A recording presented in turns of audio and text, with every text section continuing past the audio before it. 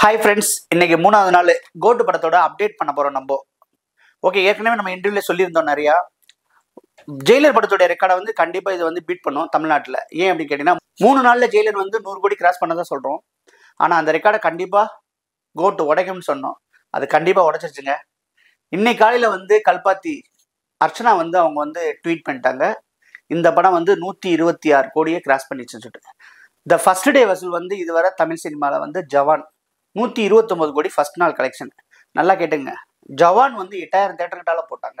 So அதனால அந்த collection எதிர்பார்த்தாங்க அன்னைக்கு சூழ்நிலையில். ஆனால் இது அப்படி இல்லை, வெறும் 4000 ஸ்க்ரீனில் தான் ரிலீஸ் ஆச்சு. அதுலேயே 128 கோடி வச்சு. ஸோ வந்து ஆல் டைம் கோட் யாருன்னா தளபதி விஜய் தாங்க. இன்னைக்கு எழுதி வச்சுங்க, தளபதி விஜய் தான் ஆல் டைம் கோட். சாருங்கெல்லாம் ஓரம் கட்டிட்டாப்ல நம்மால். புரிஞ்சிச்சா? நீங்கள் ட்ரோல் என்ன வேணாலும் பண்ணலாம், ஆனால் சைலண்ட் ஹிட்டு படம் வந்து ஃபுல் பேக் மாஸ் என்டர்டெய்னராக வந்திருக்குது. ரொம்ப ஹாப்பி, மக்களுக்கும் ஹாப்பி, விஜய் ஃபேனுக்கும் ஹாப்பி. சில இதெல்லாம் இருக்க தாங்க செய்யும். நம்மளுடைய பட்ஜெட்னு ஒன்று இருக்குது, எல்லாமே இருக்குது. அதனால சில பிரச்சனைகள்லாம் இருக்க தான் செய்யும். அதையும் தாண்டி ஹிட் அடிக்கிறதுங்கிறது பெரிய விஷயம். அந்த டீம் ரொம்ப நல்லா சந்தோஷப்படுறாங்க. நம்ம மக்களை காட்டிலும் டீம் வந்து ரொம்ப சந்தோஷப்படுறாங்க. இது வந்து மிகப்பெரிய ஹிட்டு. நான் என்ன சொல்றது, செம்ம ஃபேர்வெல்லாக இருக்கும்னு நினைக்கிறேன் விஜய்க்கு. அவருக்கு தெரியும் நல்ல ஃபேர்வெல் கொடுத்து அனுப்புறாங்கன்னு சொல்லிட்டு. ஆனால் அது உண்மையிலே வருத்தப்பட வேண்டிய விஷயம் தான் இருக்குது. ஏன்னா அவர் தொடர்ந்து நடிக்கணும்னு சொல்லிட்டு தான் ரசிகனா என்னையும் சரி எல்லாருக்குமே ஒரு ஆசை வந்து அவர் தொடர்ந்து கண்டினியூவாக வந்து படம் பண்ணிகிட்டே இருக்கணும்னு சொல்லிட்டு தான் ஆசை. ஸோ வந்து இப்போ பார்த்தீங்கன்னா செம்ம சக்ஸஸ்ஃபுல்லாக படம் ஓடிட்டு இருக்குது கோட்டு. ஓகே, இந்த கோட்டு படத்தில் என்னதான்டா பிரச்சனை உங்களுக்கு அப்படின்னு சொல்லிட்டு பார்த்தோம்னா, உண்மையிலேயே சொன்னேன், ஸ்க்ரீன் பிளேயை பொறுத்தவரை எந்த பிரச்சனையும் இல்லை, நல்லா பண்ணியிருக்காப்புல.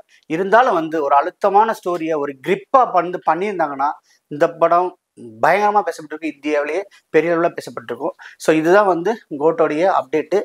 எல்லாரும் சொல்கிற மாதிரி நானும் சொல்கிறேன், பக்கா மாஸ் என்டர்டெய்னர், இதில் எந்த சந்தேகமே கிடையாது. 2K கிட்ஸ் தான் படம் தேட்டரை வந்து ஃபீல் பண்ண போகிறவங்க. அவங்களுக்கு வந்து இது படம் பயங்கரமாக திருப்தி அளிக்கும், இதில் சந்தேகமே கிடையாது. ஓகே, எங்கெங்கெல்லாம் வீக்கு அப்படின்னு சொல்லிட்டு பார்த்தோம்னா, உண்மையிலே சொல்கிறேன், ஃபர்ஸ்ட் ஹாஃபில் வந்து அந்த சில எமோஷனலான சீன்ஸ்லேயும் சரி, ஒரு ஃபன்னான சீன்லேயும் சரி, ஒரு ஜாலியாக நடிக்கிற சீன்லேயே விஜய் சார் அடிச்சுக்க ஆளே கிடையாது. அந்தளவுக்கு பண்ணியிருந்தாலுமே நீங்கள் உங்களுக்கு தெரியும், இன்டர்வியூக்கு முன்னாடி ஒரு 20 நிமிஷம் பார்த்தீங்கன்னா நம்மளை வந்து ஸ்லோ டவுன் பண்ணிடுது அந்த ஸ்க்ரீன் பிளே. ஏன்னா இப்படி பண்ணிட்டு இருக்கீங்களே சொல்லி பார்த்தா இன்டர்வியூக்கு அப்புறம் ஓரளவு அதை கேரி பண்ணி எடுத்து போயிட்டே இருக்காங்க. மோகன் சார் மிகப்பெரிய வில்லன் நினச்சிக்கிட்டு இருந்தோம். அவர் வந்து ஒரு அப்பா கேரக்டர், அவர் கேரக்டர் தான் பண்ணியிருக்காப்புல. அவர் வில்லன்லாம் சொல்ல முடியாது, பெரிய அளவில் சொல்ல முடியாது. ஸோ இந்த மாதிரி போயிட்டுருக்கு. அடுத்து பார்த்தீங்கன்னா நம்மளுக்கு வந்து பிரசாந்த் சொல்லவே தேவையில்லை, அவர் ஒரு டாப் ஸ்டார். அவரும் நடிப்பில் பட்டையை கிளப்பிட்டாப்புல. ஓகே, அதுக்கடுத்து பார்த்தீங்கன்னா நம்ம மாஸ்டர் பிரபுதேவா மாஸ்டர், அவருக்குள்ள யதார்த்தமான நடிப்பு, ரொம்பலாம் அழட்டிக்க மாட்டார். நீ என்ன வேணாலும் பண்ணிக்கோ, நான் இதுதான் என்னுடைய சவுண்டு வந்து ரொம்ப ஸ்ட்ராங் வந்து டான்ஸு, அதில் வா பார்த்துக்கலான்னு சொல்லிட்டு பிரித்து மேஞ்சிராப்புல. ஃபர்ஸ்ட் கிளாஸாக இருக்குது, எல்லாமே சூப்பராக இருக்குது. த்ரிஷாவை பற்றி சொல்லணும்னா அவங்க வர்ற சீன்ல இருந்து எல்லாமே தேட்டர் செலிப்ரேஷன் தாங்க, பயங்கரமாக இருக்குது. படத்தில் வந்து பார்த்தீங்கன்னா கரெக்டாக ஒரு 5 மினிட்ஸ்க்கு ஒரு தடவை ஹைப் ஏற்றது, ட்விஸ்ட் பண்ணுறது எப்படிலாம் போட்டு தேட்டர் எக்ஸ்பீரியன்ஸ் தான் எல்லாமே. பயங்கர என்ஜாய், பயங்கரமாக இருக்கும். இன்டர்வலுக்கு பின்னாடி வந்து வேற லெவலில் கொண்டு போயிருக்காங்க. கேப்டனை பற்றி சொல்ல போகிறோம். ஓப்பனிங்லேயே கேப்டன் வந்துடுறாரு. கேப்டன் வந்தோடனே அந்த கேப்டன் பார்த்தீங்கன்னா கேப்டன் பிரபாகரன் அந்த ரேஞ்சில் வந்திருந்தாருன்னா இன்னும் கொஞ்சம் நல்லா மக்களுக்கு பிடிச்ச மாதிரி இருந்திருக்கும். 90s கிட்ஸ்லாம் இன்னும் என்ஜாய் பண்ணியிருப்பாங்க. இன்னும் யூத்தாக காமிச்சது வந்து கொஞ்சம் ஒரு மாதிரியா இருந்துச்சு. ஆனாலும் வந்து அதை ட்ரை பண்ணியிருக்காங்க. எல்லாரும் சொல்றீங்க படம் வந்து ராஜதுரை படத்தோடைய ரீமேக்னு சொல்றீங்க. இருக்கலாங்க, அங்கங்க தழுவல் தான். நான் என்ன சொல்றேன்னா, புதுசாலாம் கதைலாம் ட்ரை பண்ணவே தேவையில்லை. முன்னோர்கள் வந்து நிறைய செஞ்சுட்டு போயிட்டாங்க. அதுல வந்து இம்ப்ரெஸ் ஆகி சில கதைகள் பாடுறது வந்து சகஜம்தான். அதுக்காண்டி ராஜதுரையவே எடுத்தாருலாம் சொல்ல முடியாது. சில கதையில இருந்து நம்ம வந்து ராஜாராணி சொல்லலாம்.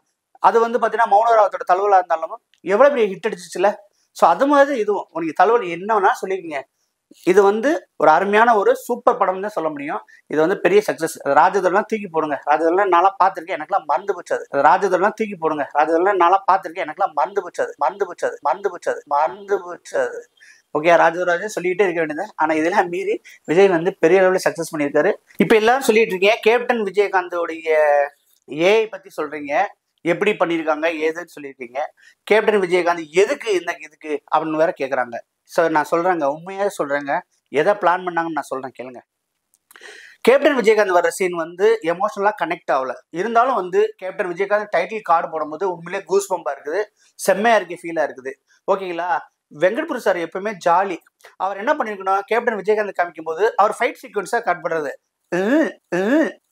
அப்படின்னு சொல்லிட்டு மட்டும் ஒரே ஒரு சீன் வச்சுதான் இருக்குல்ல, தேட்டர் எல்லாரும் ஸ்கிரீனை கிளிக்க ஓடி போயிருப்பாங்க. தேட்டர் எல்லாரும் ஸ்கிரீனை கிளிக்க ஓடி போயிருப்பாங்க. விஜயகாந்த் சாரோடைய சிக்னேச்சர் மூமெண்ட் அதை மட்டும் செஞ்சிருந்தாங்கன்னு வச்சுக்கல, படம் வேற மாதிரி போயிட்டு இருக்கோம். பரவாயில்ல, எல்லாமே மிஸ் ஆகுறேன், எல்லாமே எல்லாரும் நினைச்ச மாதிரி நடந்துறாது. உண்மையிலேயே அந்த சீனை நான் எதிர்பார்த்தேங்க. அவருடைய சிக்னேச்சர் மூமெண்ட் கொடுத்துருந்தேன்னு வச்சுக்கலேன், ஓகே விஜயகாந்த் நல்லா இருக்கும், எல்லாரும் தியேட்டராகவும் செம்ம ஜாலி பண்ணியிருப்பாங்க. ஓகே, இப்போ வந்து விஜயகாந்த் சாரை ஏன் பண்ணாங்க ஓகேயா? இவரை வர வேண்டிய அவசியம் என்ன? ஏன் வேற நிறைய பேர் இருக்கா, மோகன்லால் சாரை கூட கூப்பிட்டு வந்தாங்க, அவங்கள கூட அவர் தான் கேப்டன் சொல்லிட்டு அறிமுகப்படுத்தி அவரை வச்சு சீன் பண்ணியிருக்கலாம். ஏன் பண்ணலை அப்படி கேட்டால் நல்லா கேட்டுங்க. விஜய் படம் வந்து ஆரம்பத்தில் வந்து ரொம்ப சர்க்கிளாகவும் ரொம்ப ட்ரோல் பண்ணுற நிலைமையில இருந்தப்போ எஸ்ஏசி சார் போய் கேப்டன்கிட்ட கேட்குறாரு, இந்த மாதிரி என் மகனை வச்சு நான் ஒரு படம் பண்ண போகிறேன், விஜய் நீங்கள் நடிக்கிறீங்களா அப்படின்னு கேட்குறாங்க. என் தம்பிக்கு நான் நடிக்காமல் என்ன பண்ணேன்னா காசே வேணாம்னு சொல்லிட்டு அவர் நடிச்சு கொடுத்தாரு. அப்போ வந்து பயங்கர மாசாக இருந்தார் விஜயகாந்த் சார். அப்போ அவர் நினச்சிருந்தாருன்னா வேணாம்னு சொல்லிட்டு தடுத்துருக்கலாம். எனக்கு டைம் இல்லை, எனக்கு கால் ஷீட் இல்லை, நான் பிஸியாக இருக்கேன், ஒரு 2 வருஷம் கழிச்சு வாங்க, ஒரு 3 வருஷம் கழிச்சு வாங்க, 5 வருஷம் கழிச்சு வாங்கன்னு சொல்லியிருக்க முடியும். ஆனால் அதெல்லாம் செய்யாமல் தம்பி மேலே வரணும், நான் ஹெல்ப் பண்ணுறேன்னு சொல்லிட்டு பண்ணார். நல்லா நோட் பண்ணிங்க. செந்தூர பாண்டியன்னு ஒரு படம் வந்துச்சு, செம்ம அளவில் ஹிட் ஆச்சு, எல்லாருக்கும் தெரிஞ்சது. அதுக்கு பின்னாடியே விஜய் வந்து ஒரு கமர்ஷியல் ஹீரோவா எல்லாரும் அறிமுகப்படுத்தப்படுறாரு. விஜயகாந்தோட நடிச்சதுனால தான் விஜய்ங்கிற ஒரு கேரக்டர் வெளியே வருது. நல்லா கேட்டுங்க. இப்போ வந்து எல்லாரும் அறிவிச்ச மாதிரி விஜய் சாருக்கு வந்து இது கடைசி படம். தன்னை திரையுலகத்துல தூக்கி விட்டவர், நான் வெளியில போகும்போதும் அவர் கூட நடிச்ச எனக்கு ஃபீல் வேணுங்கிறதுனாலதான் விஜய் சார் தான் வந்து விஜயகாந்தை வந்து ஏஐ பண்ணி வைங்கன்னு சொல்லிட்டு சொன்னாங்க. அதே மாதிரி பிரேமலதா மேடம்கிட்ட போய் இந்த மேட்டரை சொல்லி தான் அவங்க அனுமதி வாங்கி தான் அதை பண்ணாங்க.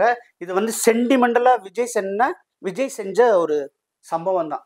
என்னுடைய முதல்ல ஹிட் அடிக்கிற படத்துல இருந்தாரு, இப்ப கடைசி படத்துல என் படத்துல இருக்கணும்னு நான் நினைக்கிறேன்னு சொல்லி விரும்பி பண்ணதாங்க அது. அதனால நான் யாருமே விஜயகாந்த் வர சீனை குறை சொல்லாதீங்க. அது சென்டிமெண்டலா நம்ம தளபதிக்கு வந்து அது ரொம்ப பிடிச்சி பண்ணாரு. அதனால வந்து தயவுசெய்து அந்த ஏஐ ட்ரோல் பண்றதோ இது பண்றதோ ஏன் வச்சாங்க அதெல்லாம் மறந்துடுங்க. ராஜதுரைக்கு பண்ற நன்றி கடன் இதெல்லாம் சொல்லாதீங்க தயவுசெய்து, ரொம்ப மனசு வலிக்குது. அது கிடையாதுங்க. உண்மையில தெரியாம நீங்க பாட்டு ட்ரோல் பண்ணிட்டு இருக்காதீங்க. தளபதியும் சரி, இளைய தளபதியும் சரி வாழ்ந்துருக்காங்க, செம்மையா இருக்கு. எங்க இருக்கதாங்க செய்யுங்க, டிஏஜிங் ப்ராப்ளம் இல்லாமலாம் இல்லை, இருக்குது. ஏன்னா கதையை அதைத்தான் பண்ண முடியுங்க, வேற எதுவும் பண்ண முடியாது. நீங்க நல்லா யோசனை பண்ணி பாருங்க. அப்போ 50 வயசு அப்பாவுக்கு வந்து ஒரு 20 வயசு 25 வயசுல ஒரு பையன் இருக்கா, அதே அப்பாவே வந்து நான் பையனை நடிக்க முடியாது. அதெல்லாம் அந்த காலத்துல நடிச்சாங்க, அதெல்லாம் வேற கதை.